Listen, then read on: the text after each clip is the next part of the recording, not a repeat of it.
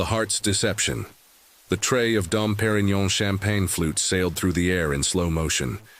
Emma Hayes watched in horror as $500 worth of premium bubbly escaped her trembling hands. The sound of crystal shattering against Italian marble echoed through the five-star restaurant like thunder. Dead silence. 80 pairs of eyes turned toward her, patrons who spent more on one dinner than she earned in a month, all staring at the clumsy waitress who'd just transformed an elegant Thursday evening into an epic disaster. "Darn it," she whispered, forgetting completely where she was. "Hayes!" Manager Marcus's voice sliced through the air like a blade. But before she could kneel to collect the shards, a masculine hand gently caught her arm. "Honey, are you okay?" Emma looked up and met the most devastatingly handsome face she'd ever seen. Steel gray eyes, a jawline that looked carved by Renaissance masters, dark brown hair perfectly tousled. The man wore a Tom Ford tuxedo worth more than her car, and he was calling her honey as if he'd known her for years. She stammered, completely lost. "Don't worry about the glasses, sweetheart," he said loud enough for the entire restaurant to hear, while tenderly brushing her cheek. "You know how nervous you get before meeting my family." What the heck? Emma blinked in confusion, but some primitive instinct made her play along. The man had barely perceptible desperation in his eyes, and Marcus was approaching with a face that screamed immediate termination. "Sorry, babe," she murmured, surprised by how natural her own voice sounded. "I'm just so anxious about making a good impression on your mom." The relieved smile he gave her could have melted Antarctic ice. "Mom's gonna adore you," he whispered, then louder. "She already does from all the stories I've told her about my beautiful wife." Wife? Across the restaurant, an elegant woman in her 50s waved cheerfully, clearly buying their impromptu performance. "Mr. Blackstone." Marcus had arrived, all irritation evaporating upon recognizing who was defending the disaster-prone employee. "I'm terribly sorry about this incident. Everything will naturally be Actually, Marcus," the man called Blackstone interrupted with natural authority. "Could you bring the check for table 12? And perhaps arrange for someone to clean this up while my wife and I finish our evening?" "Absolutely, sir, right away." As Marcus hurried off, Blackstone took Emma's hands in his. "I apologize," he whispered quickly. "I can explain everything, but I desperately needed a wife for the next hour, and you were the most stunning woman in the room when chaos struck." Emma looked at him, then at the elegant family waving from across the dining room, then back at those impossible steel-gray eyes. "All right," she heard herself saying, "but you owe me the most incredible explanation in history." "Deal." He smiled, and Emma felt something dangerous flutter in her chest. "By the way, I'm Ryan Blackstone, and you just rescued my life. Emma Hayes, and you just saved my job." They stared at each other for a moment that seemed suspended in time, still holding hands amid the crystal wreckage. "So," Emma murmured, "what happens now, husband?" His smile was pure mischief and charm. "Now, wife, you meet the family. Try not to drop anything else." Ryan's hand was warm and steady as he guided Emma across the restaurant's polished floor, past curious diners who pretended not to stare. Her heart hammered against her ribs like a caged bird desperate for escape. "What am I doing?" she thought frantically. "I'm a waitress from Brooklyn pretending to be married to a man who probably owns half of Manhattan." "Breathe," Ryan murmured near her ear, his voice a low rumble that sent unexpected shivers down her spine. "You're doing great." "I don't even know your middle name," she whispered back through a forced smile. "Alexander. Yours?" "Rose." "Beautiful. Like you." The casual compliment made her cheeks burn. This was insane. 5 minutes ago she'd been worrying about rent money, and now she was walking toward a table full of New York's elite pretending to be someone's wife. "Ryan!" The elegant older woman rose from her chair, arms extended. She had silver hair swept into a perfect chignon and wore pearls that probably cost more than Emma's apartment deposit. "And this must be the famous Emma." "Mom," Ryan said, his entire demeanor shifting into something warmer, more genuine. "I'd like you to meet my wife, Emma." "Wife."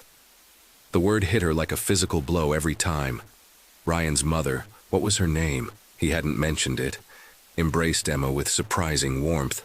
"My dear, you're even more lovely than Ryan described. I'm Catherine Blackstone, but please call me Catherine." "It's wonderful to finally meet you, Mrs. Catherine." Emma caught herself, hoping her smile looked natural and not like she was about to throw up from nerves. "And this is my father, William," Ryan continued, gesturing to a distinguished man with silver temples who stood to shake her hand. "Emma," William said with genuine warmth, "welcome to the family, officially." "Officially?" Emma's confusion must have shown because Ryan smoothly interjected. "Dad, you remember Emma couldn't make it to the courthouse ceremony last month. She was working double shifts at the hospital." "Hospital?" Emma nearly choked. "I work at a restaurant, you gorgeous lunatic." "Of course," Catherine said sympathetically. "Ryan told us you're a nurse. How noble. We admire people who dedicate their lives to helping others." Emma felt like Alice falling down the rabbit hole. She was supposed to be a nurse now. She could barely keep a tray of drinks upright, and they thought she saved lives for a living? "It's rewarding work," she managed, silently praying they wouldn't ask her about medical procedures. "Sit, sit," Catherine gestured to the empty chairs. "We've already ordered appetizers. I hope you like oysters?" "Love them," Emma lied smoothly, grateful she'd at least seen them served enough times to know which fork to use. As they settled into their seats, Ryan's hand found hers under the table. His thumb traced gentle circles on her palm, and Emma had to remind herself this was all pretend. The casual intimacy felt far too real. "So tell us," William leaned forward with paternal interest, "how did you two really meet? Ryan's been maddeningly vague about the details." Emma's mind went completely blank. They wanted a love story, and she had nothing. Panic began to set in until Ryan squeezed her hand. "Actually," Ryan said with a smile that looked almost shy, "I was hoping Emma would tell that story. She tells it better than I do." "Oh, you sneaky, gorgeous man." Emma looked around the table at their expectant faces and felt a strange calm settle over her. She was good at stories. She'd grown up entertaining her little sister with elaborate tales during their mother's long shifts at the diner. "Well," she began, surprised by her own confidence, "it was actually pretty embarrassing.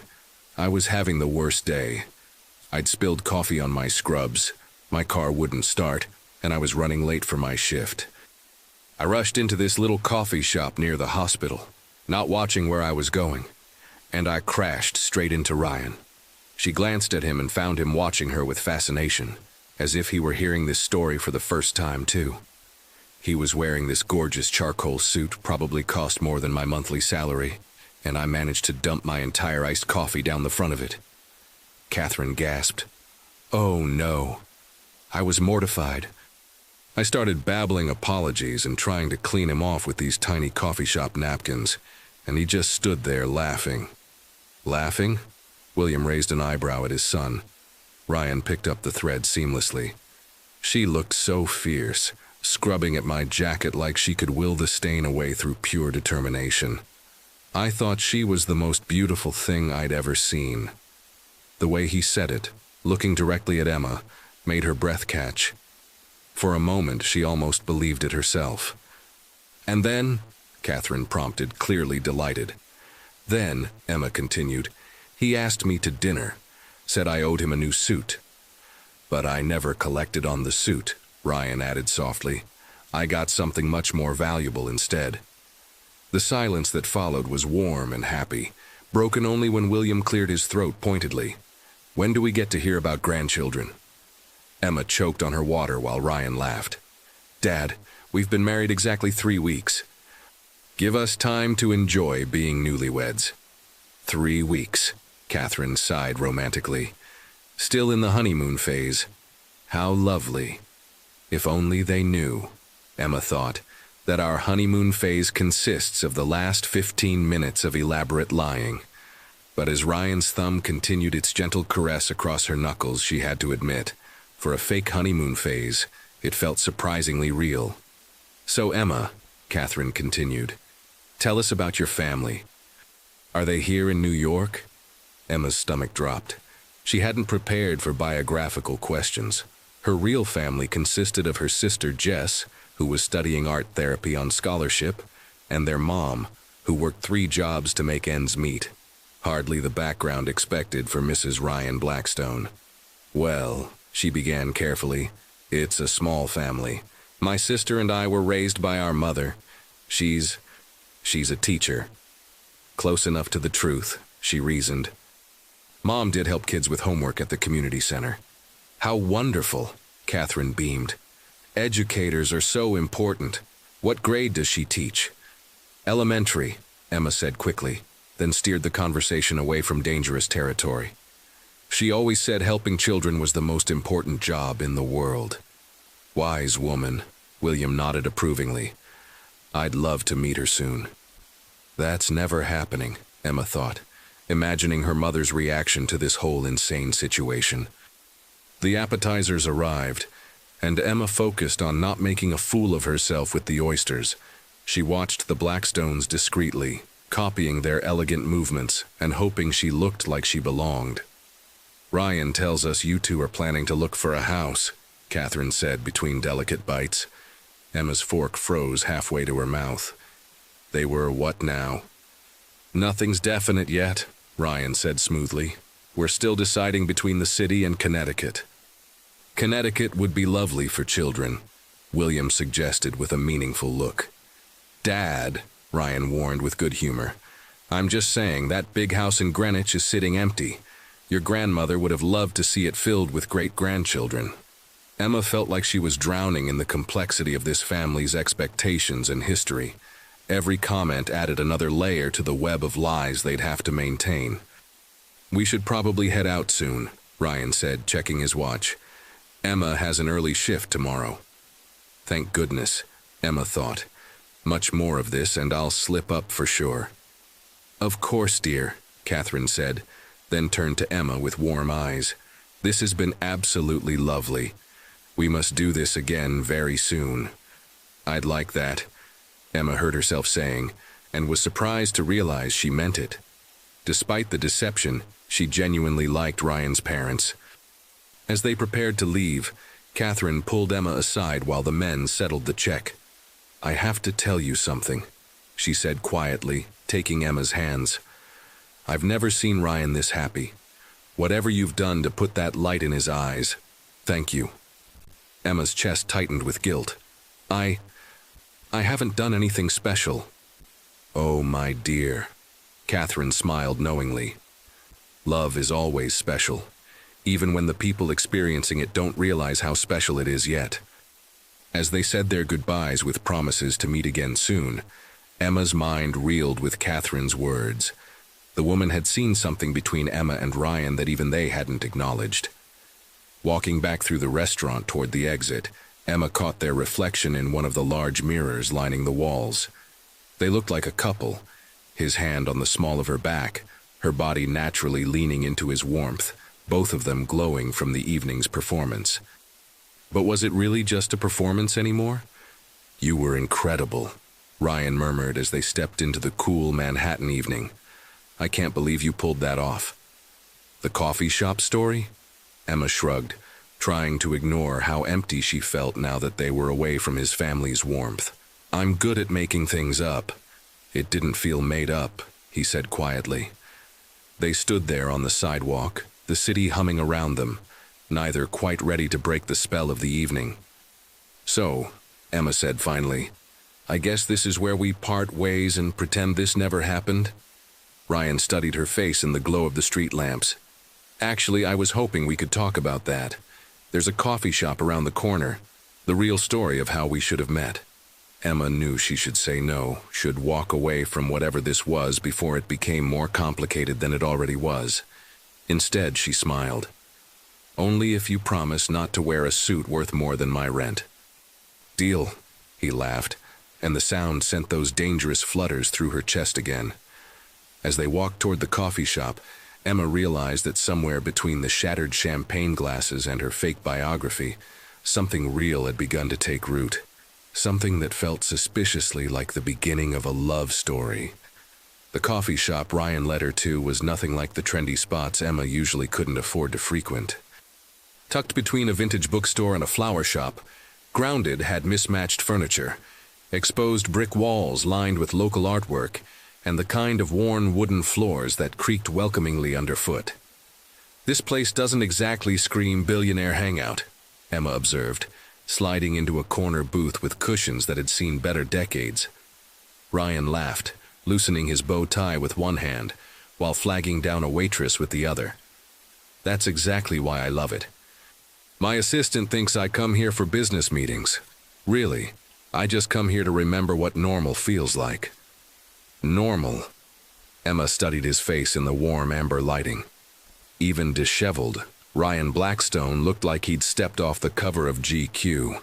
But there was something in his expression, a tiredness around his eyes, that made her think maybe being abnormally wealthy wasn't all private jets and champagne wishes. "2 coffees, please," Ryan told the waitress, then looked at Emma questioningly. "Unless you prefer something else? Hot chocolate? Tea?" "Coffee's perfect." Emma waited until the waitress moved away before leaning forward. "Okay, Ryan Alexander Blackstone. Time for that incredible explanation you promised. Why did you need a fake wife so desperately that you were willing to claim a complete stranger?" Ryan ran his hands through his dark hair, messing it up even more. The gesture was so unconsciously boyish that Emma felt her defenses wobble. "My family has expectations," he began slowly. "For 3 generations, Blackstone men have been married before their 30th birthday. It's practically written in stone." "And you're turning 30 when?" "2 weeks ago." Emma blinked. "Wait, you already turned 30? "Yep. Which means according to my grandmother's will, I have exactly 6 months from my birthday to produce a wife, or my inheritance gets redistributed to various charities." "That's..." Emma struggled for words. "That's medieval, and also kinda crazy. Tell me about it." Ryan's smile was rueful. "Don't get me wrong, the charities are all worthy causes, but we're talking about controlling interest in Blackstone Industries, the family foundation, and about $300 million. Emma's coffee cup froze halfway to her lips. $300 million? Give or take a few million. He said it like someone else might mention spare change. "My grandmother Clara was a formidable woman. She built most of the family fortune herself after my grandfather died young. But she had very traditional ideas about marriage and family." "So what's the problem? I mean, you're..." Emma gestured vaguely at his face. "You're not exactly hard to look at. Surely there are women lining up to marry into that kind of money." Ryan's expression darkened. "That's exactly the problem. For the past 2 years, every woman I've dated has known about the inheritance clause. My mother has paraded suitable candidates through dinner parties like I'm a prize bull at auction. Every conversation becomes about wedding venues and baby names before dessert is served." The waitress returned with their coffee, and Emma wrapped her hands around the warm mug, processing this information. "So tonight was supposed to be my parents' final attempt at matchmaking. They invited the daughter of one of their country club friends. Stanford educated, comes from old money, perfect on paper." Ryan took a long sip of his coffee and grimaced. "And about as interesting as watching paint dry. She spent 20 minutes explaining why my grandmother's Monet was hung in the wrong room for optimal lighting." "Sounds delightful," Emma said dryly. "When I saw she wasn't coming, her assistant called to say she was having a spiritual awakening in Tulum, or something equally ridiculous. I panicked. My parents have been so worried about me ending up alone that they've started hinting about arranged marriages." Emma nearly choked on her coffee. "Arranged marriages in 2024? Welcome to old money Manhattan. We're basically modern-day royalty with better dental work and worse scandals." Despite everything, Emma laughed. "So when you dropped that tray, you looked like salvation with catastrophically bad timing." Ryan's smile was self-deprecating. "I figured I could introduce you as my secret wife, tell my parents we eloped, and buy myself time to figure out a real solution." "And what exactly is the real solution?" Ryan was quiet for a long moment, staring into his coffee like it held answers to life's greatest mysteries. "I don't know," he admitted finally. "Find someone who wants to marry me for reasons that have nothing to do with money, I guess. Which seems about as likely as finding a unicorn in Central Park." Emma felt something twist in her chest at the loneliness in his voice. Here was a man who had everything most people dreamed of, and he couldn't trust that anyone would want him for himself. "Ryan," she said softly, "you know that any woman who got to know the real you would be lucky, right? Money aside." He looked up at her with surprise, as if genuine compliments were foreign territory. "The real me is a workaholic who hasn't taken a vacation in 3 years and has standing reservations at 4 different restaurants because I'm too tired to cook most nights." "The real you," Emma countered, "smoothly saved a clumsy waitress from getting fired, charmed your parents into adoring a complete stranger, and brought said stranger to a coffee shop that serves the best coffee in Manhattan instead of some pretentious place with gold-plated stirring spoons." "How do you know it's the best coffee in Manhattan?"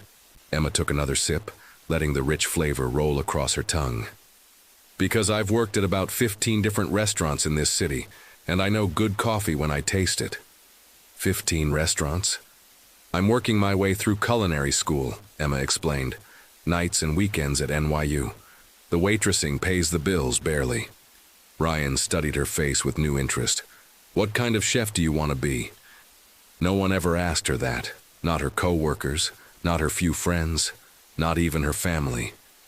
The question caught her off guard. "I want to open my own place someday," she heard herself saying.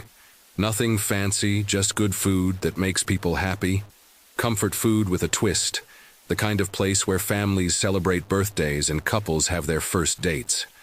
"That sounds amazing." "That sounds expensive and completely unrealistic," Emma corrected with a laugh. "Do you know what it costs to open a restaurant in New York? I'll be paying off student loans until I'm 60. They sat in comfortable silence for a moment, both lost in thought. "Emma," Ryan said suddenly, "what if I told you there might be a way we could help each other?" Something in his tone made her nervous. "What do you mean?" "You need money for school and your restaurant dream. I need a wife for 6 months to secure my inheritance." He leaned forward, his gray eyes intense. "What if we made this arrangement official?" Emma stared at him. "Are you asking me to marry you?" "I'm asking you to consider a business proposition, a temporary marriage. 6 months, just long enough to satisfy my grandmother's will. In exchange, I pay off your student loans and provide startup capital for your restaurant." Emma's mind reeled. "Ryan, that's crazy. We don't even know each other." "We know each other better after 2 hours than most people do after months of dating," he pointed out. "You saved my butt tonight and somehow made my parents happier than I've seen them in years. You're smart, funny, kind, and you don't want my money for designer handbags and trips to Europe." "I don't want your money at all." "But you need it," he said gently, "and I need someone I can trust not to fall in love with my bank account." Emma stood up abruptly, pacing to the window and back. "This is insane. People don't just marry strangers. People marry for convenience all the time. Green cards, insurance, tax benefits, this is just a different kind of convenience." "What happens after 6 months? Clean divorce? No strings attached. You get your restaurant, I get my inheritance, everyone wins." Emma sank back into the booth, her head spinning. "Your parents would be devastated. My parents want me to be happy. If they believe I was happy for 6 months, even if it ends in divorce, that's more than they've seen from me in years." "What about the lying, the deception?" Ryan's expression grew serious. "I know it's not ideal, but Emma, I've been trapped by other people's expectations my entire life. This inheritance clause was my grandmother's way of controlling me from the grave. Maybe it's time I took some control back." Emma stared at him, seeing past the expensive clothes and perfect features to the man underneath. A man who'd been reduced to his net worth so often that he'd forgotten his own value. "If, and I'm saying if, I were to consider this completely insane proposition," she said slowly, "what would the actual arrangement look like?" Ryan's posture straightened with hope. You'd move into my apartment, separate bedrooms, obviously. We'd need to appear together at family events and some business functions. You could keep working and going to school if you wanted, or focus entirely on planning your restaurant. And after 6 months? After 6 months, we file for an amicable divorce citing irreconcilable differences. I help you find a location for your restaurant. You go live your dream, and we both get our freedom. Emma was quiet for a long time, turning the possibilities over in her mind. It was crazy. It was impulsive. It was probably the worst idea in the history of bad ideas. It was also the answer to every financial prayer she'd ever whispered into her pillow at night. I need time to think about it, she said finally. Of course. Ryan pulled out his phone. Can I at least get your number, in case you have questions, or in case my mother calls wanting to plan brunch? Despite everything, Emma smiled. Your mother is going to plan brunch whether I answer or not. Probably true. They exchanged numbers and Ryan insisted on paying for the coffee despite Emma's protests. Outside the coffee shop, they stood awkwardly on the sidewalk, the weight of the evening's revelations hanging between them. Emma, Ryan said softly, for what it's worth, even if you decide this whole thing is too crazy, tonight was the most real I've felt in months. Before she could respond, he hailed a taxi and held the door open for her. Think about it, he said, as she slid into the back seat. But don't think too long. I have a feeling my mother is already planning our anniversary party. As the taxi pulled away, Emma turned to watch him through the rear window. Ryan Blackstone stood on the sidewalk in his perfectly tailored tuxedo, hands in his pockets, looking like a man caught between two worlds, just like she was. Her phone buzzed with a text from an unknown number. Thank you for tonight. Whatever you decide, you saved me from death by boredom and family disappointment. That's worth more than money. Dries, Emma stared at the message until the city lights blurred outside the window. In her tiny Brooklyn apartment 20 minutes later, she sat on her second-hand couch and tried to process what had just happened. 12 hours ago, her biggest worry was whether she could afford groceries this week. Now she had a marriage proposal from a man worth more than some small countries. Her phone rang, startling her out of her thoughts. It was Jess, her younger sister. How was work tonight? Please tell me you didn't spill anything on anyone important. Emma laughed, a sound caught somewhere between hysteria and disbelief. Actually, Jess, I kind of did the opposite. What do you mean? Emma looked around her cramped apartment, at the stack of unpaid bills on her coffee table, at the culinary school textbooks she'd bought used and highlighted within an inch of their lives, at the folder marked Restaurant Dreams filled with magazine clippings and business plans she'd never have the capital to execute. I think I just got offered the chance of a lifetime, she said slowly. The question is whether I'm brave enough to take it. 3 days after their lunch at Daniel, Emma stood in the marble foyer of Ryan's penthouse apartment, feeling like Alice after tumbling down the rabbit hole. Her entire life fit into 2 duffel bags and a cardboard box of culinary textbooks, a laughably small collection compared to the opulent space that was now supposedly her home. This is temporary insanity, she muttered to herself, staring at the floor-to-ceiling windows that offered a breathtaking view of Central Park. Second thoughts? Ryan's voice came from behind her, warm with understanding rather than judgment. Emma turned to find him leaning against the doorframe, having traded his usual business attire for dark jeans and a gray sweater that made his eyes look like storm clouds. The casual look somehow made him even more devastating to her equilibrium. More like third, fourth, and fifth thoughts, she admitted. Your apartment is bigger than my entire apartment building. Our apartment, Ryan corrected gently, pushing off the doorframe to help her with her bags. For the next 6 months, anyway. Or apartment. The possessive pronoun sent an unexpected flutter through her chest. Emma had never shared living space with a man before. Her last relationship had ended when her ex-boyfriend Jake had suggested they take things to the next level by keeping a toothbrush at each other's places. Now she was living with a man she'd known for less than a week. Come on, Ryan said, shouldering her duffel bag like it weighed nothing. Let me show you to your room. Our room. I mean—" He paused, running his free hand through his hair in a gesture she was beginning to recognize as his tell when he was nervous. "This is going to take some getting used to for both of us." Emma followed him down a hallway lined with what looked like original artwork, trying not to gawk at the casual wealth surrounding her. They passed a living room that could have housed her entire culinary school cohort, a kitchen that would make Gordon Ramsay weep with envy, and what appeared to be a home office larger than most people's master bedrooms. "Here we are," Ryan said, opening double doors at the end of the hall. Emma stepped into the master bedroom and felt her breath catch. The room was enormous, with those same floor-to-ceiling windows, a sitting area complete with a fireplace and a bed that looked like it belonged in a luxury hotel. But what struck her most was how lived-in it felt. Books stacked on the nightstand, a coffee mug on the dresser, a suit jacket draped over a chair. "This is your room," she said, stating the obvious. "This is our room," Ryan replied. "If we're going to convince people this marriage is real, we need to share a bedroom. My housekeeper Maria comes twice a week, and my mother has been known to drop by unannounced." Emma's eyes widened. "You want us to actually share a bed?" "The bed is big enough for 4 people," Ryan said quickly. "We can put a pillow barrier down the middle if it makes you more comfortable. Or I can sleep on the couch in the sitting area, whatever works for you." Emma walked to the windows, needing space to process. The park stretched out below them, autumn leaves painting the trees in shades of gold and crimson. It was beautiful, but it felt like looking at a postcard of someone else's life. "Emma," Ryan's voice was soft behind her.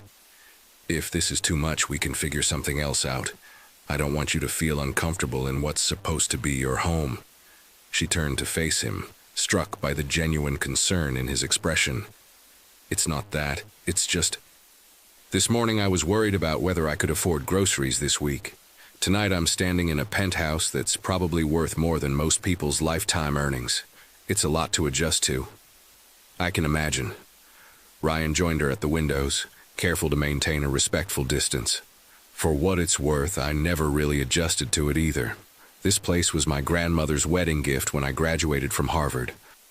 I've lived here for 5 years and it still doesn't feel like home." What would home feel like? The question slipped out before Emma could stop it. Ryan was quiet for a long moment, his gaze fixed on the park below. "Smaller," he said eventually. "Warmer, full of things that mattered more than their price tags. Maybe with the smell of something good cooking in the kitchen and the sound of laughter echoing off the walls." Emma felt something shift in her chest at the wistfulness in his voice. "That sounds perfect." "Yeah, well, perfect and practical are 2 different things." Ryan's smile was self-deprecating.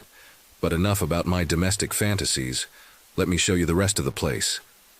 The tour continued through a guest bedroom that Ryan had converted into a home gym, a formal dining room that looked like it had never seen actual food, and finally the kitchen that had taken Emma's breath away earlier. "This is incredible," she breathed, running her hands over the marble countertops and stainless steel appliances that probably cost more than her tuition. "You could run a restaurant out of here." "I was hoping you'd say that." Ryan opened the enormous refrigerator, which was embarrassingly empty except for takeout containers and a few bottles of water. "I should probably confess that I don't actually cook. At all. I can barely make coffee without burning something." Emma laughed despite her nerves. "Good thing you married a chef in training, then." "Good thing," Ryan agreed, and the way he looked at her when he said it made her stomach flip.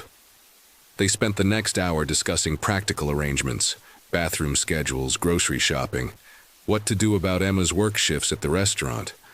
Ryan insisted she could quit immediately, but Emma held firm on wanting to maintain some normalcy in her upended life. "Besides," she pointed out, "if I suddenly quit my job the day after meeting you, people might get suspicious about our whirlwind romance." "Fair point, though you'll probably want to put in your notice soon. We have a lot of family events coming up, and my mother has already started planning." As if summoned by his words, Ryan's phone rang. His expression shifted to one of fond exasperation when he saw the caller ID. "Hi, Mom." Yes, I told you Emma and I got married. No, you can't throw us an engagement party. We're already married. Mom, please. He caught Emma's eye and mouthed sorry before continuing. Actually, she's right here. Would you like to talk to her? Emma's eyes went wide with panic, but Ryan was already holding out the phone with an apologetic smile. Hello, Catherine, Emma said, hoping her voice sounded steadier than she felt. Emma, darling, I hope you don't mind me calling. I just had the most wonderful idea for a welcome to the family party. Nothing too elaborate, just a few close friends. Emma listened with growing alarm as Catherine described what sounded like anything but a small gathering. Apparently, a few close friends in the Blackstone world meant 50 people, a catered dinner, and live music. That sounds lovely, Emma managed when Catherine paused for breath. But please don't go to any trouble on our account. Nonsense. It's no trouble at all. Oh, and Emma, I took the liberty of calling my friend Helena, who owns that gorgeous boutique on Madison Avenue. She's setting aside some things she thinks would be perfect for you. Nothing too flashy, just a few pieces to help you feel at home in our little world. Emma met Ryan's eyes, which were full of sympathy and amusement in equal measure. You're too kind, Emma said weakly. Wonderful. I'll have Helena send everything over tomorrow. Oh, and darling, I'm so happy Ryan found you. I haven't heard him laugh this much in years. After Emma handed the phone back to Ryan, she sank onto one of the kitchen bar stools and buried her face in her hands. Your mother just bought me a wardrobe from Madison Avenue, she said, her voice muffled. She's enthusiastic, Ryan agreed, ending the call with promises to bring Emma to Sunday dinner. She means well. Ryan, I'm a waitress from Brooklyn. I don't know how to be the kind of wife your family expects. Hey. Ryan moved to stand in front of her, gently pulling her hands away from her face. You were perfect with them at the restaurant. Just be yourself.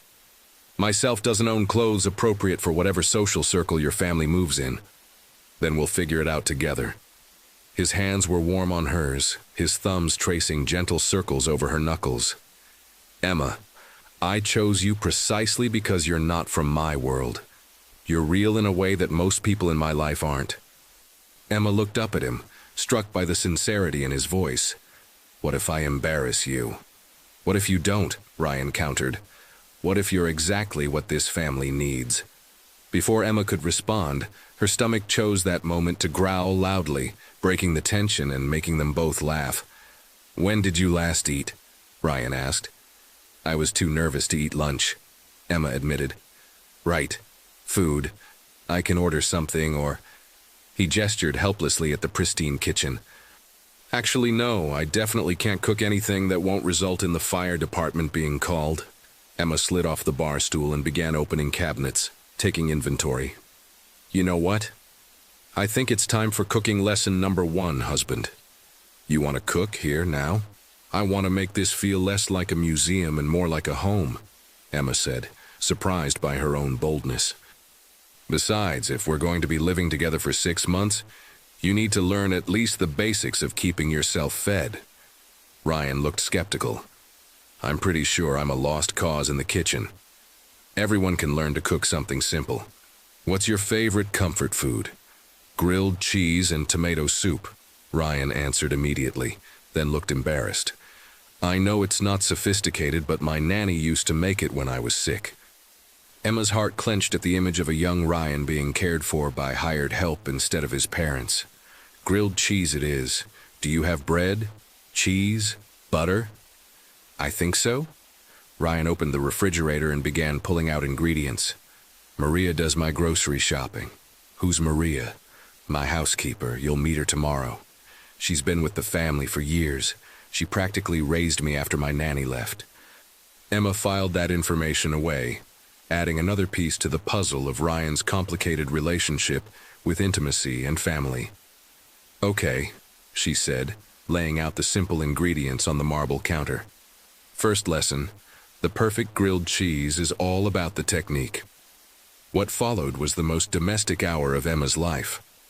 She stood behind Ryan as he carefully buttered bread, her hands guiding his as he adjusted the heat on the stovetop. She showed him how to test the temperature of the pan with a drop of water, how to know when the cheese was perfectly melted, how to achieve that golden brown crust that made the difference between good and great. "I can't believe I'm actually cooking," Ryan said, carefully flipping his sandwich with the concentration of a surgeon. "You're not just cooking," Emma corrected. "You're cooking well. Look at that perfect golden color." Ryan beamed at the praise like she'd just told him he'd won a Nobel Prize. "I've never made anything more complicated than coffee before. Everyone has to start somewhere." They ate their grilled cheese sandwiches standing at the kitchen island, and Emma had to admit they were pretty perfect. Crispy outside, gooey inside, simple but satisfying. "This is the best meal I've had in this kitchen," Ryan said seriously. "This is probably the only meal you've had in this kitchen." "Exactly." Emma laughed, and the sound seemed to fill the cavernous space with warmth. For a moment, it was easy to forget that this was all temporary, that she was essentially an employee with an unusually generous benefits package. "Emma," Ryan said suddenly, "thank you. For teaching you to make grilled cheese. For making this place feel like home for the first time since I've lived here." The sincerity in his voice made her chest tight.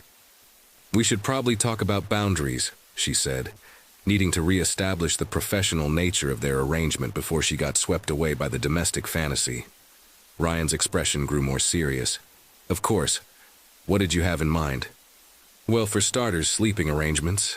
I think separate beds would be—" "There's a day bed in the sitting area of the master bedroom," Ryan interrupted. "I can sleep there." "That hardly seems fair. This is your apartment." "Our apartment," Ryan corrected again. "And I'm the one who asked you to share a bedroom for appearance's sake. The least I can do is take the less comfortable sleeping option." Emma studied his face, looking for any sign of resentment or frustration. All she saw was genuine consideration. "What about personal space? Privacy?" "We both deserve privacy. If you need alone time, just say so. No questions asked."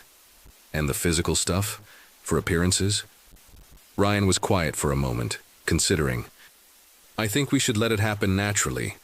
If we're at a family event and it feels natural to hold hands or put my arm around you, we do it. If it doesn't feel natural, we don't force it. That seems reasonable." "What about you? Any boundaries I should know about?" Emma thought carefully. "I don't want this to affect my relationship with my sister or my mom. They're the most important people in my life, and I don't want to lie to them about something this big." "You want to tell them the truth?" "I want to tell them enough of the truth that they don't worry about me. They don't need to know about the money or the inheritance clause, but I don't want them thinking I've lost my mind and married a stranger." Ryan nodded slowly. "That's fair. What would you tell them?" "That I met someone, that we have a real connection, and that we decided to take a chance on each other." Emma paused. "It's not entirely a lie." "No," Ryan said quietly, his eyes searching her face. "It's not entirely a lie." The moment stretched between them, loaded with unspoken possibilities. Emma felt herself leaning slightly toward him, drawn by something she couldn't quite name. The spell was broken by the sharp ring of Ryan's phone. "Work," he said apologetically, glancing at the screen. "I should take this." As Ryan stepped away to answer the call, Emma began cleaning up their impromptu cooking lesson. She washed dishes in the enormous sink, listening to the murmur of Ryan's voice from the living room, and tried to process everything that had happened in the span of a few hours. She was living in a penthouse. She was married to a man who made her heart race and her good sense scatter. She was about to be launched into a social stratosphere she'd only read about in magazines. And despite all the rational reasons she should be terrified, she felt more alive than she had in years. "Sorry about that," Ryan said, returning to the kitchen as Emma finished drying the last plate. "Crisis at the Singapore office. Different time zones make for inconvenient emergency calls." "You have offices in Singapore?" "Singapore, London, Tokyo, and Sao Paulo. Blackstone Industries has gone pretty global in the last decade." Emma tried to wrap her mind around the scale of Ryan's business empire. "What does Blackstone Industries actually do?" "We're primarily focused on sustainable technology investments, clean energy, water purification systems, carbon capture technology.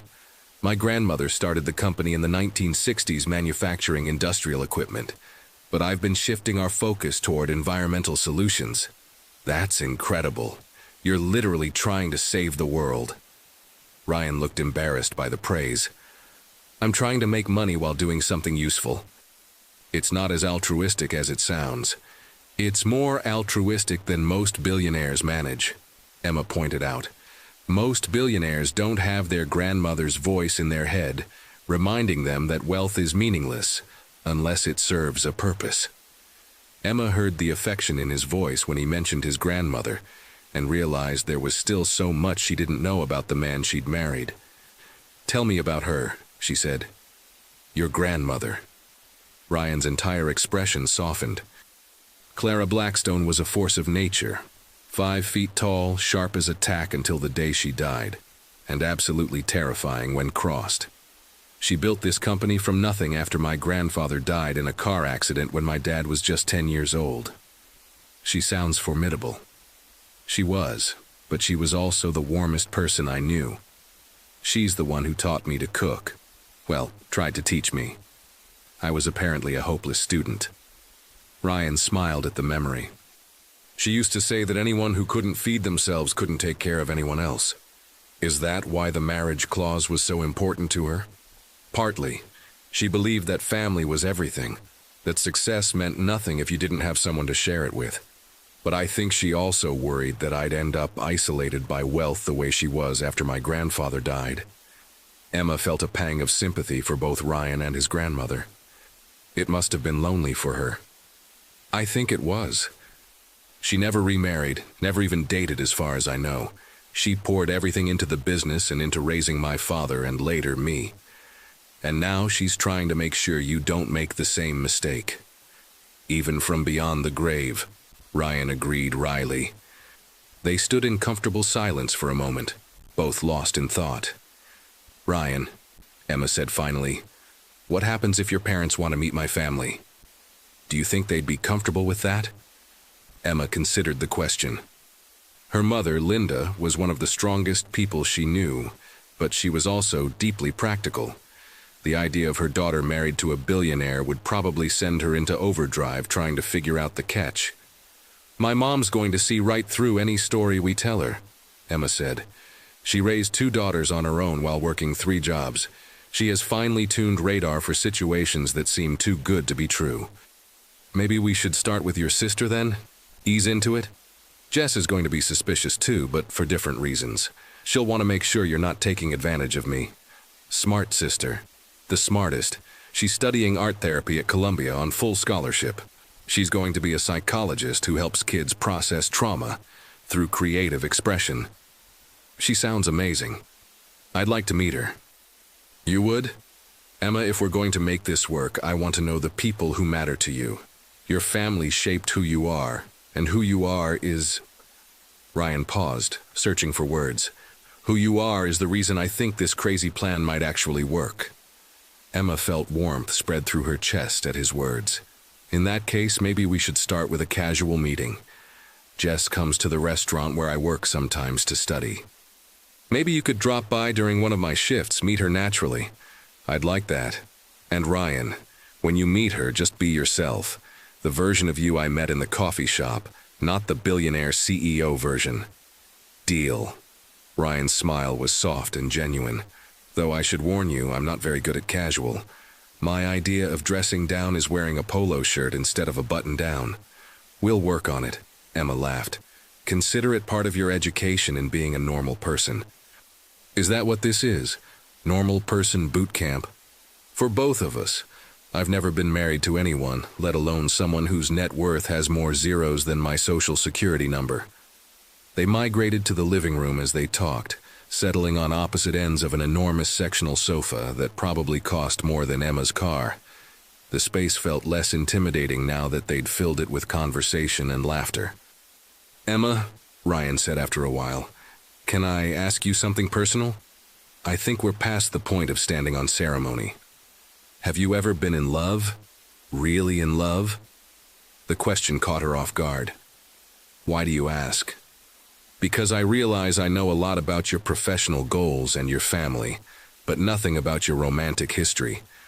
And if we're going to convince people we're madly in love, I should probably know whether you have any tells when you're actually feeling that emotion." Emma pulled her legs up under her, considering how much to reveal. "I thought I was in love once, in college. His name was David, and he was everything I thought I wanted. Pre-med student, came from a good family, had his whole life planned out." "What happened?" "He graduated and got accepted to medical school at Johns Hopkins. He asked me to come with him, drop out of culinary school, and focus on supporting his career until he got established." Emma's voice grew dry. "Apparently he thought my chef ambitions were a cute hobby that I'd outgrow once we got serious." Ouch. Yeah, it took me embarrassingly long to realize that he didn't love me. He loved the idea of having a supportive wife who would prioritize his dreams over her own. "His loss," Ryan said quietly. "Maybe. Or maybe I just learned something important about what I actually need in a relationship. Which is someone who sees my dreams as equally important as their own. Someone who wants to be a partner, not looking for a supporting actress in their life story." Ryan was quiet for a long moment. "That's a good standard to have. What about you? Ever been in love?" "I thought I was, briefly. Her name was Amanda, and she was perfect on paper. Harvard MBA, came from a family similar to mine. Understood the social expectations that come with my name. But when I really thought about it, I realized I was more in love with how easy she made everything than with her as a person. She knew which fork to use at formal dinners. She charmed my parents effortlessly. She never asked me to be anything other than what I already was. That doesn't sound terrible. It wasn't terrible, but it wasn't real either. We could have had a perfectly pleasant, completely passionless marriage that looked great in wedding photos and felt like a business merger." Emma studied his profile as he stared out at the city lights. "What happened?" "She ended it, actually. Said she'd realized she was more excited about the idea of being Mrs. Blackstone than about being my wife specifically." Ryan's smile was rueful. "Turns out she was right." "When was this?" "About a year ago. Right around the time my mother's matchmaking efforts shifted into high gear." Emma felt a pang of sympathy for both of them. Two people trying to force themselves into a mold that didn't quite fit. "Ryan," she said softly, "what if this arrangement of ours ends up being the most honest relationship either of us has ever had?" "What do you mean?" "I mean, we've both been completely upfront about our motivations. We both know exactly what we're getting out of this deal. There are no hidden agendas or unrealistic expectations." "True. And maybe that honesty gives us permission to be more ourselves than we've ever been with anyone else."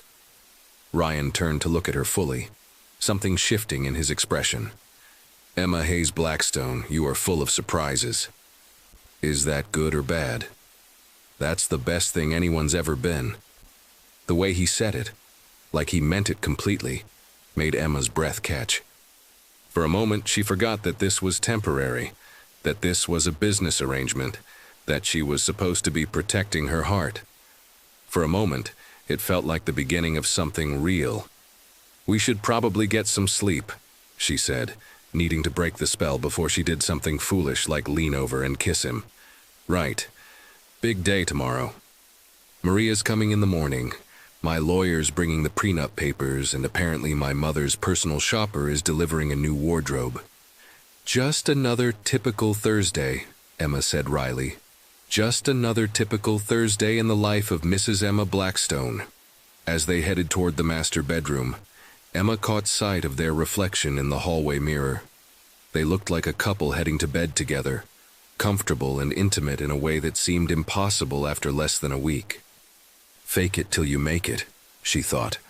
But as Ryan dimmed the lights and they began the awkward dance of preparing for their first night sharing a bedroom, Emma wondered if they were already further along the path from fake to real than either of them realized.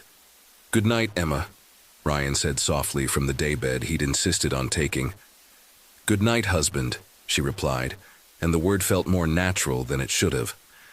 As she lay in Ryan's enormous bed, staring at the ceiling and listening to his quiet breathing across the room.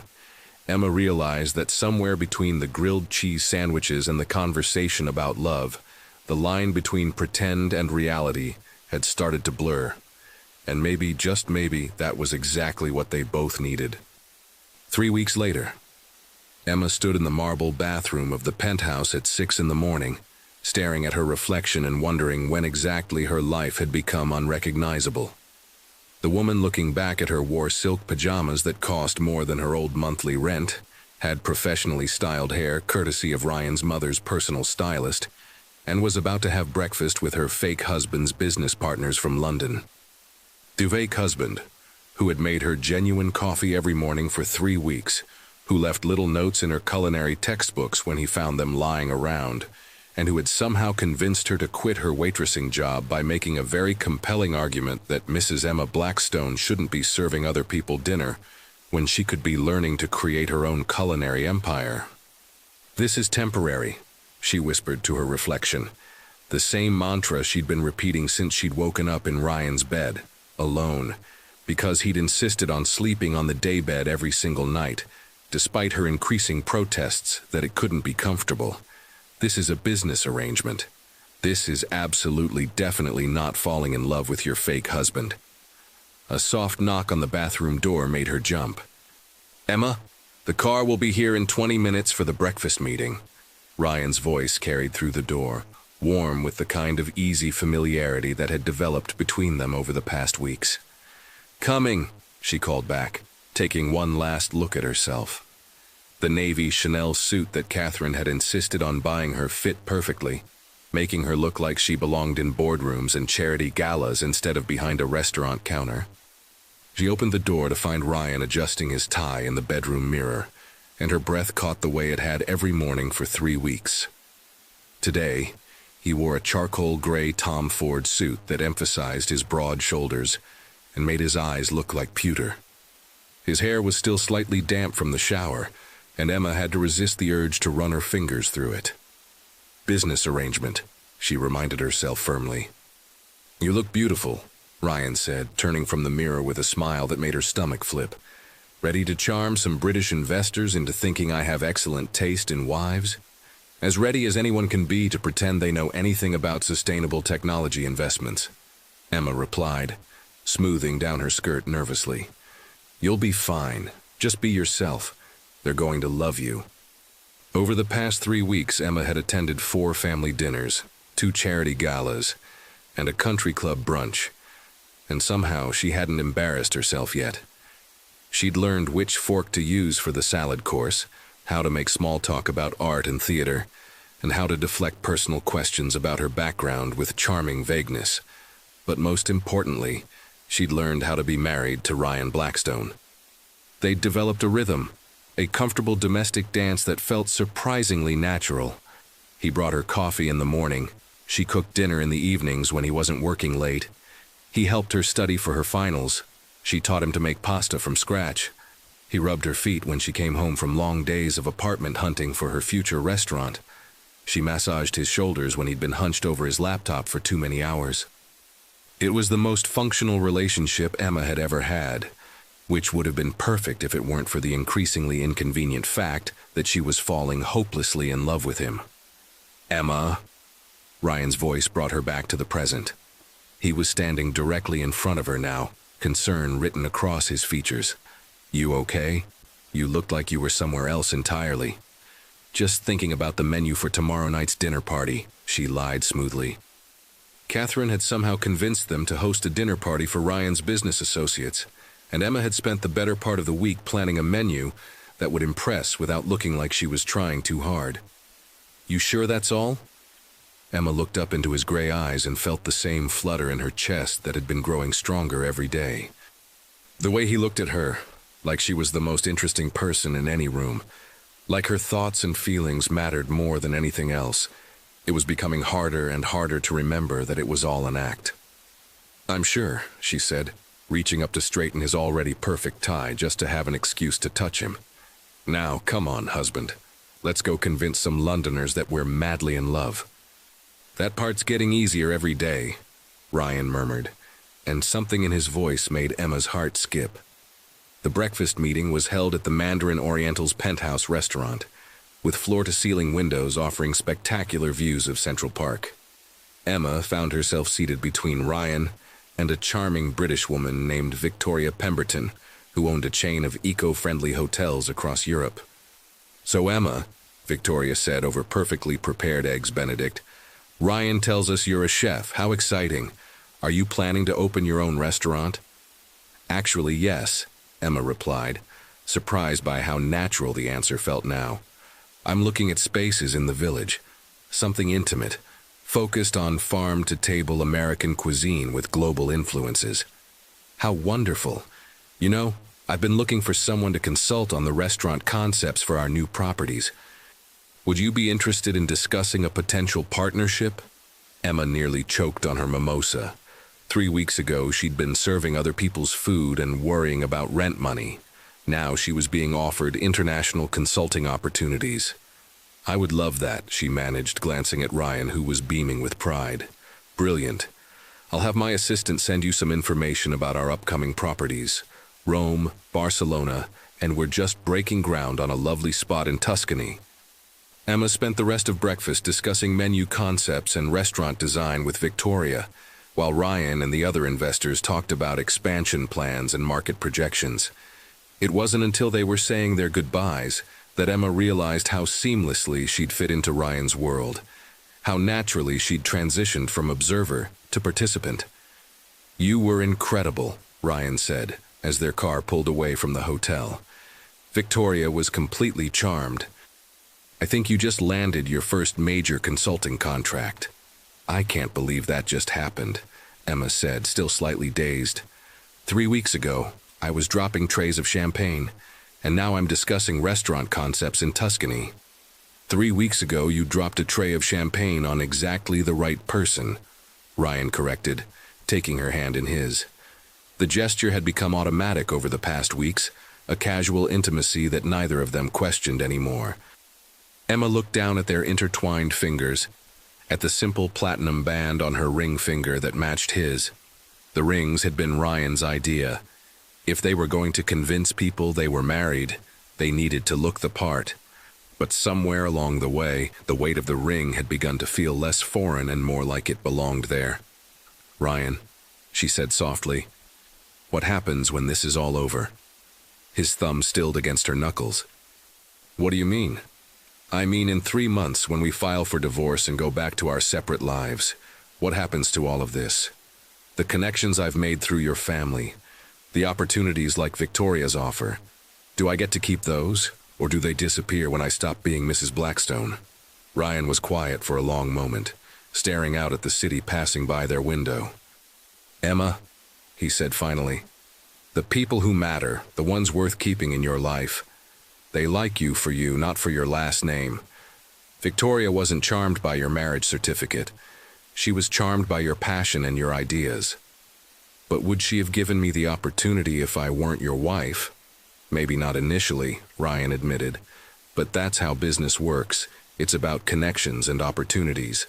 The difference is what you do with those opportunities once you get them." Emma nodded, but something heavy settled in her stomach. In 3 months, she'd go back to being Emma Hayes, the girl from Brooklyn with big dreams and a small bank account. She'd have her restaurant and her freedom, but she'd also lose this, the partnership, the easy intimacy, the feeling of being part of something bigger than herself. She'd lose Ryan. "Stop it," she told herself firmly. "This was always temporary. Don't ruin it by wanting more than you agreed to. Besides," Ryan continued, his voice lighter now, "who says it all has to end in 3 months? Emma's heart jumped. "What do you mean?" "I mean, maybe we could still be friends afterward. Business partners, even. You could consult for Blackstone Industries' hospitality investments." Friends. The word hit Emma like a physical blow. Of course that's what he meant. Not a real marriage, not a real relationship. Just a professional connection that would outlast their fake romantic one. "Right," she managed. "Friends." Something flickered across Ryan's expression, too quick for her to interpret. "Unless you'd rather make a clean break when this is over, I'd understand if—" "No," Emma said quickly, then forced herself to sound more casual.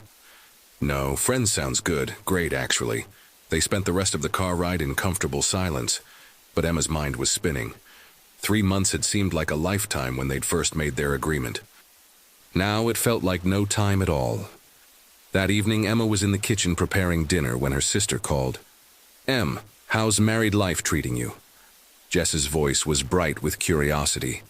Emma had introduced her to Ryan the week before, and while Jess had been initially suspicious, Ryan's genuine interest in her art therapy work had won her over completely. "It's good," Emma said, stirring the risotto she was making. "Really good, actually." "You sound weird." "What's wrong?" Emma should have known better than to try to hide anything from her sister. Jess had always been able to read her like an open book. "Nothing's wrong. I'm just adjusting." "Adjusting to what? Having a gorgeous billionaire who looks at you like you hung the moon?" "He doesn't look at me like that." "Emma Catherine Hayes, are you kidding me right now? The man couldn't take his eyes off you when I met him. And the way he talked about your restaurant plans, he sounded like your biggest fan." Emma felt warmth spread through her chest at the memory. Ryan had spent an hour enthusiastically describing her culinary vision to Jess, making Emma's dream sound grand and achievable instead of impossibly ambitious. "It's complicated, Jess. It's only complicated if you're making it complicated. Do you love him?" The question hit Emma like a freight train. "What? Do you love Ryan?" It's a simple yes or no question. Emma opened her mouth to say no, to give the safe, sensible answer that would protect her heart and maintain the boundaries of their arrangement. Instead, she found herself saying, "Yes, I think I do." "And does he love you?" "I don't know," Emma whispered. "I think maybe he could, but this whole thing started as a business arrangement, and I don't want to mess it up by wanting more than he's willing to give." "Emma," Jess's voice was gentle but firm, "you deserve to be with someone who's crazy about you. Really, truly crazy about you. Not someone who's going through the motions because it's convenient." "It's not like that," Emma protested. He's wonderful. He's kind and funny and brilliant, and he makes me feel like I could conquer the world." "Then what's the problem?" "The problem is that none of this is real," Emma said, her voice cracking slightly. "It's all temporary. In 3 months, I go back to my regular life, and he goes back to his. We've been very clear about that from the beginning." "Has he said he wants it to be temporary?" Emma thought about Ryan's comment in the car, about remaining friends afterward. Not in so many words, but, "Emma, listen to me very carefully. You are an incredible woman. You're smart and talented and beautiful, and any man would be lucky to have you in his life permanently. If Ryan Blackstone can't see that, then he doesn't deserve you. But what if he can see it, and he just doesn't want it? What if I'm just a convenient solution to his inheritance problem, and I'm reading more into this than there actually is? Then you'll find out and you'll deal with it. But Em, what if you're wrong? What if he's falling for you just as hard as you're falling for him, and you're both too scared to admit it?" Before Emma could respond, she heard Ryan's key in the front door. "I have to go," she said quickly. "He's home." "Think about what I said, Em. Sometimes the biggest risk is not taking any risk at all." Emma hung up just as Ryan appeared in the kitchen doorway, loosening his tie with one hand and holding a bottle of wine with the other. "Something smells incredible," he said, moving to kiss her cheek in greeting. The gesture had become routine over the past weeks, but tonight Emma felt it all the way to her toes. "Mushroom risotto with truffle oil," she said, trying to keep her voice steady. "How was your afternoon?" "Long conference call with Tokyo, but productive." "How was your day? Did you hear back from any of the restaurant spaces you looked at?" Emma had spent the afternoon touring potential locations for her restaurant, armed with a budget she still couldn't quite believe was real. The landlords had taken her seriously in a way they never had before, when she'd been just another server with big dreams and no capital. "Actually, yes. There's a place in the village that could be perfect. It needs work, but the bones are good, and the rent is reasonable." "That's fantastic. Tell me everything." They talked about restaurant plans over dinner, with Ryan asking thoughtful questions about seating capacity and kitchen workflow, offering suggestions about contractors and permit processes. He listened with the kind of focused attention that made Emma feel like her dreams were the most important thing in the world. It wasn't until they were cleaning up that Emma worked up the courage to ask the question that had been nagging at her since their conversation in the car. "Ryan, can I ask you something?" "Of course." Emma dried her hands on a dish towel, gathering her courage. "When this arrangement ends, do you think you'll miss it? Any of it?" Ryan went still, a plate halfway to the dishwasher. "Miss what specifically?" "This, the domestic stuff. Having someone to cook dinner with, someone to talk to about your day, having a partner." Ryan finished loading the plate and closed the dishwasher, taking his time with his answer.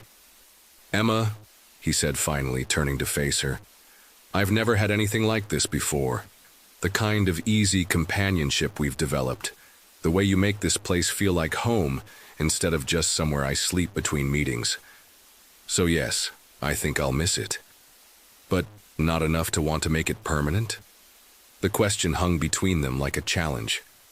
Ryan's expression grew guarded, and Emma immediately regretted her boldness. "Emma, when we started this, we agreed." "I know what we agreed," Emma interrupted, embarrassment making her voice sharper than she'd intended. "Forget I asked. I'm just having a moment of, I don't know, temporary insanity." She started to move past him toward the living room, needing space to collect herself, but Ryan caught her arm gently. "Hey," he said softly, "talk to me. What's really going on?" Emma looked up at him, at the concern in his gray eyes, and felt her carefully constructed walls crumble. "I'm scared," she admitted. "I'm scared that in 3 months, when this is over, I'm going to be completely ruined for any other relationship because no one else will ever measure up to you." Ryan's expression shifted, something vulnerable flickering across his features. "Emma, I know it's not fair," Emma continued, the words tumbling out before she could stop them. "I know we agreed this was temporary, that it was just business, but somewhere along the way, it stopped feeling like pretend to me. And I know that's my problem, not yours, but I needed you to know." Ryan was quiet for a long moment, his hand still gentle on her arm. "Do you want to know something?" he said finally. "What?" 3 weeks ago, when you agreed to this arrangement, I thought I was getting a convenient solution to my inheritance problem. Someone who could play the role of my wife convincingly enough to fool my family for 6 months. Emma's heart sank. This was it, the moment he reminded her that this was all just an act for him. "But Emma," Ryan continued, his voice growing softer, "I never expected to actually fall in love with you." Emma's breath caught. "What did you say?" "I said I'm in love with you. Completely, hopelessly, inconveniently in love with you." Ryan's smile was rueful. "I've been trying to figure out how to tell you for weeks, but I didn't want to complicate our agreement or put pressure on you. You're in love with me. I'm in love with the way you hum while you cook. I'm in love with how passionate you get when you talk about your restaurant. I'm in love with the way you remember how I like my coffee and leave little encouraging notes in my briefcase when I have difficult meetings." Emma stared at him, hardly daring to believe what she was hearing. "I'm in love with how kind you are to my mother, even when she's overwhelming. I'm in love with how you can make me laugh after the worst days. I'm in love with the way you make this apartment feel like a home instead of a showcase. Ryan, I'm in love with you, Emma, not Mrs. Blackstone, not the woman who helps me maintain my inheritance. You, Emma Hayes, who dropped champagne on me and changed my entire life." Emma felt tears prick at her eyes. "I love you too." "You do?" "I love you so much it terrifies me. I've been trying not to because I thought this was all temporary, but I can't help it. You're everything I never knew I wanted." Ryan's smile was radiant. "So what do we do now?" "I don't know," Emma laughed, wiping at her eyes. "I don't think there's a protocol for falling in love with your fake husband." "Well," Ryan said, pulling her closer, "I have an idea." "What's that?" "What if we stop calling it fake?" Emma's heart stuttered. "Are you asking me to really marry you?" I'm asking you to stay married to me, really married. No expiration date, no business arrangement, no prenup, just us, figuring out how to build a life together. What about your inheritance? I'll get it because I'll be married to the woman I love, what it was always supposed to be about. What about my restaurant? We'll build it together, partners in everything. Emma looked into Ryan's eyes and saw her future. Not the safe, predictable one she'd planned, but something bigger and more beautiful than she'd ever dared to imagine.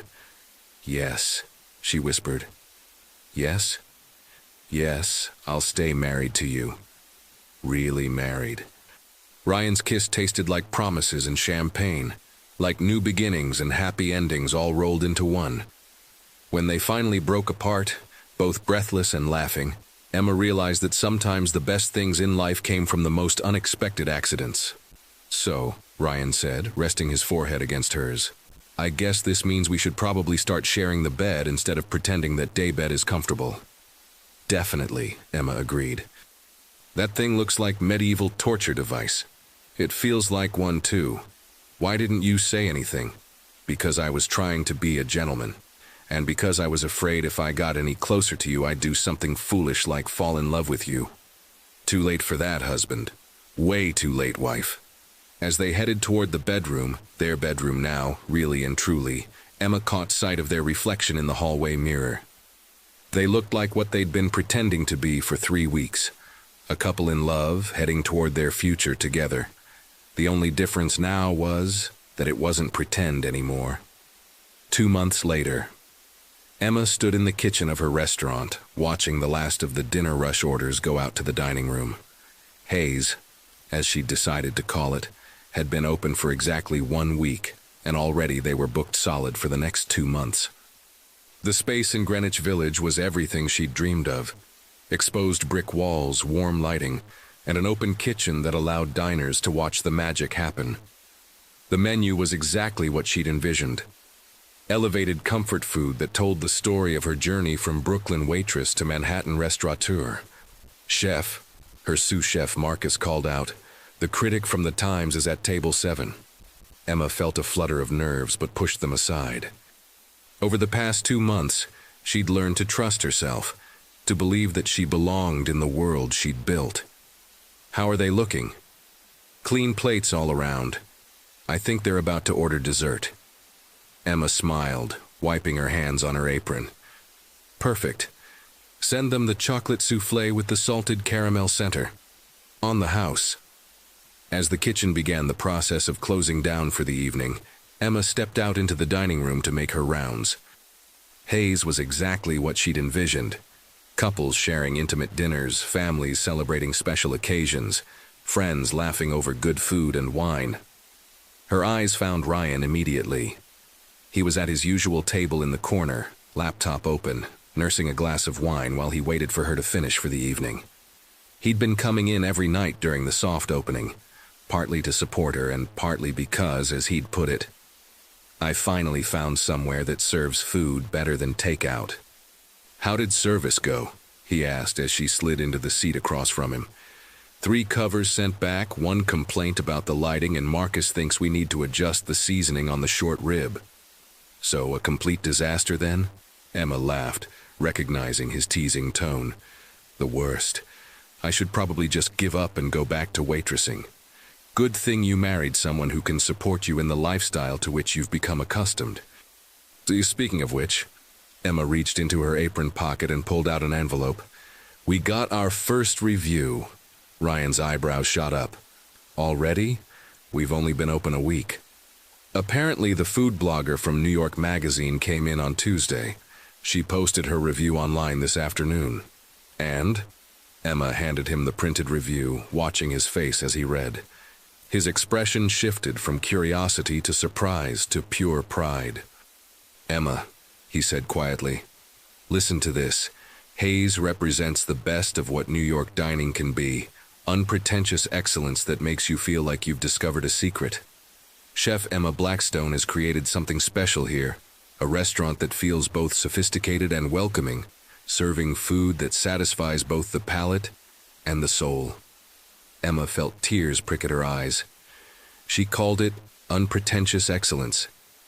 She called you Chef Emma Blackstone, Ryan pointed out. You've officially arrived. Emma looked around her restaurant, at the satisfied diners, the efficient staff, the warm glow of success, and felt a sense of completion she'd never experienced before. You know what the best part is? She said. What's that? I get to share it with you, all of it. The successes, the disasters, the 3 a.m. panic attacks about whether I've made a terrible mistake. The terrible mistakes are my favorite part, Ryan said solemnly. I'm very good at talking you down from 3 a.m. panic attacks. You're good at a lot of things, Mr. Blackstone. I'm especially good at being married to you, Mrs. Blackstone. Emma reached across the table to take his hand, her wedding ring catching the light. They'd renewed their vows 2 weeks after their living room confession, this time in front of their families and with words they'd written themselves. Emma's mother had cried through the entire ceremony, and Catherine had already started dropping hints about grandchildren. So, Emma said, what do you think? Ready to go home? Always, with you. As they walked out of Hayes together, Emma reflected on the incredible journey that had brought them here. 6 months ago, she'd been a struggling culinary student with big dreams and a small bank account. Tonight, she was a restaurant owner married to the love of her life, with more opportunities than she'd ever imagined possible. It had all started with a dropped tray of champagne and a desperate man who needed a fake wife. But it had become something neither of them had expected, a real love story with real stakes and real rewards. Emma, Ryan said as they settled into the back of their car, I have something to tell you. What's that? My grandmother's lawyer called today. The inheritance has been officially transferred. That's wonderful. How do you feel? Ryan was quiet for a moment, considering. Grateful. Not for the money exactly, but for the clause that forced me to find you. Even though we're staying married anyway? Especially because we're staying married anyway. It means I know you're here because you want to be, not because of any contract or deadline. Emma leaned against Ryan's shoulder, feeling the solid warmth of him, breathing in the scent that had become synonymous with home. For what it's worth, she said, I think your grandmother would have loved the way this turned out. Yeah? Yeah. You found someone to share your success with, someone who loves you for who you are instead of what you have, and you helped make her dreams come true in the process. That's what she wanted, right? For you to find your person? My person, Ryan repeated softly. I like the sound of that. Good, Emma said, tilting her face up to kiss him. Because you're stuck with me now. Best accident I ever made, Ryan murmured against her lips. As their car pulled through the evening traffic toward home, Emma smiled, thinking about all the accidents that had led them here. The dropped champagne, the desperate lie, the fake marriage that had become beautifully, perfectly real. Sometimes the best love stories began with the most improbable accidents, and sometimes, if you were very lucky, those accidents turned into the rest of your life.